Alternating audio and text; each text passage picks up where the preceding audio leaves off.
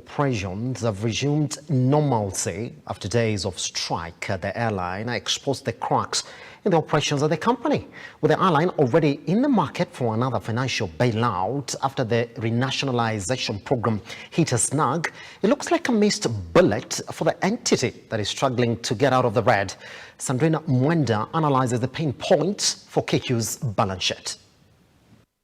Strike at the Kenya Airways has put the airline on the spot, further exposing what has been a loss-making trend for the airline that has struggled to get out of the red for the past 9 years. Very much. So my father is an 80-year-old gentleman.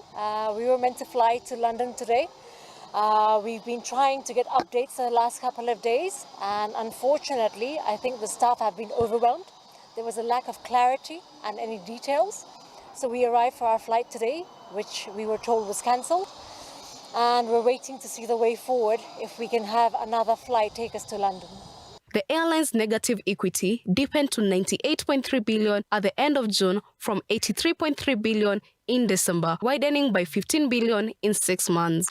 With KQ struggling to get a turnaround strategy working, the airline has also been forced to operate in an environment headlined by rising global fuel prices, a factor that keeps on pushing it closer to default margins on its loan commitment. KQ, which has been surviving on state bailouts since the COVID-19 pandemic, reported a 9.8 billion loss, is a recovered performance in comparison to the 11.48 billion loss it recorded in the same period a year earlier. It booked a further 5.3 billion loss on hedged foreign exchange differences, driving its total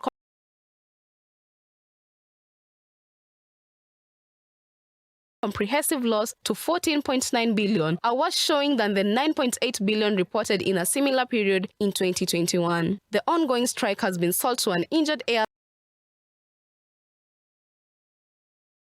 that has already lost 1.2 billion shillings, going by the remarks of CEO Alan Kilavuka, who indicated that they were losing 300 million a day after the pilots downed their tools. With proposals to renationalize the airline taking time to be actualized, it will be a ball rolled to Ruto's government to find a lasting solution to the national carrier, with the new transport CS Kipchumba Murkomen already promising to find a solution to keep the national carrier in business. For Look Up Business, Sandrine Mwenda.